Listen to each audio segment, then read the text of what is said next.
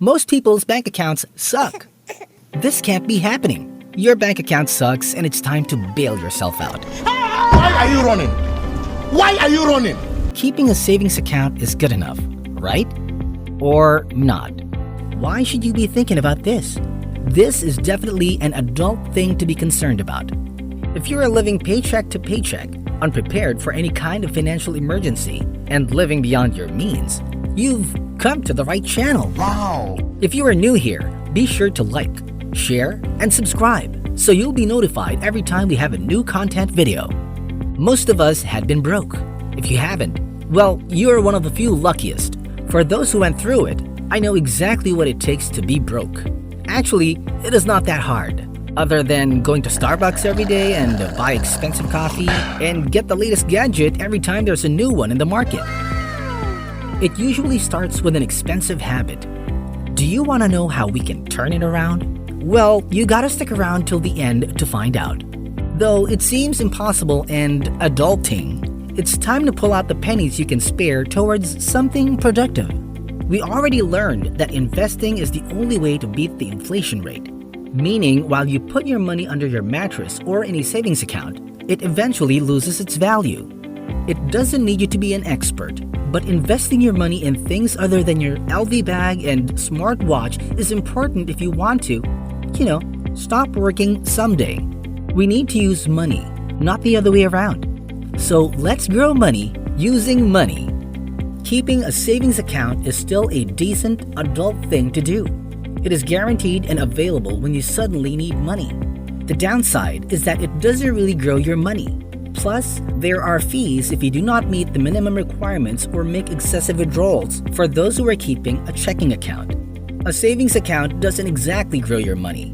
If you invested $1,000 in January 1 of 2019, it would now be worth $1,000.15, assuming 1.5% APY from regular banks. Still, most millennials and women are keeping most of their money in savings. Keeping them in the bank, though, can still have benefits. 1. You can access the money at any time, depending on your bank. Second, you will never lose that money because it's guaranteed by the government. An emergency fund, for instance, should be kept in a savings account. However, as we mentioned earlier, since the value of money is going down due to inflation, the value of your savings account goes down as it sits there unless an economic crash happens. A CD or certificate of deposit, however, makes more money than savings, and your money is guaranteed by the government as well.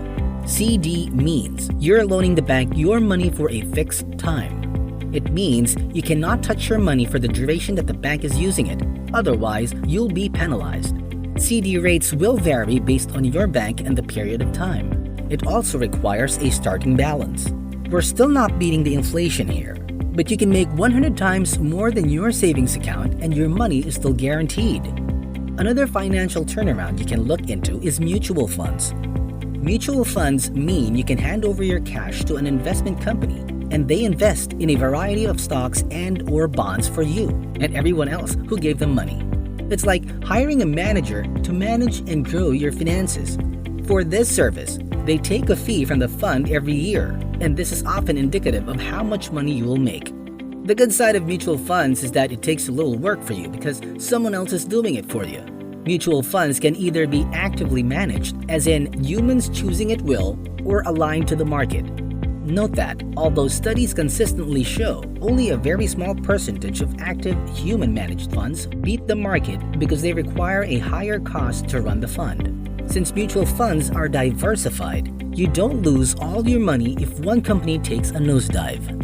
You can purchase shares in a mutual fund through E-Trade or other providers, and they require an initial investment anywhere from $2,500 to $50,000. Bigger investment means fewer managing fees, plus a small fee to buy.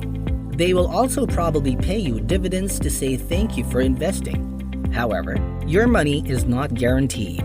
If the market goes down, so does the value of your mutual funds, which is the downside here. You have no control over what you invest in. Over time, the market has always bounced back eventually, so investing has remained a good long-term strategy. What else? How about stocks? What stocks did you buy? If you bought Alphabet or Google stock, it would be around $1,452.54, and if you bought Delta Airlines, it would be around $30.72. Here, you are the master of your domain. But if you are not very good at this, it would take research and few extra steps to get by it. Otherwise, you probably don't know what you're doing. Buying a stock means you own part of the company. Stocks can be divided into high cap with large companies, mid cap, or small cap. Diversification, for example, buying different things, could be a good idea to avoid having all your eggs in one basket. High cap stocks a secured bet, but since they're already big and probably grow more slowly, you'll make less money than choosing a really good small cap stock. There are different calculations you can use to determine if something is a good stock, or you can check Motley Fool or Morningstar. We suggest exploring more before investing. These are just ideas you can look into and how to go about making your personal decision so your bank account would improve. The important thing is to think about where your money is going and look at long-term strategies so you can retire on the beach with a margarita. Don't stress about it too much. The world doesn't run out of it. No one can really predict what will happen to the economic market. Just try some things and see how it goes. Thank you for watching, and don't forget to give us a good thumbs up and subscribe to this channel. Are you ready?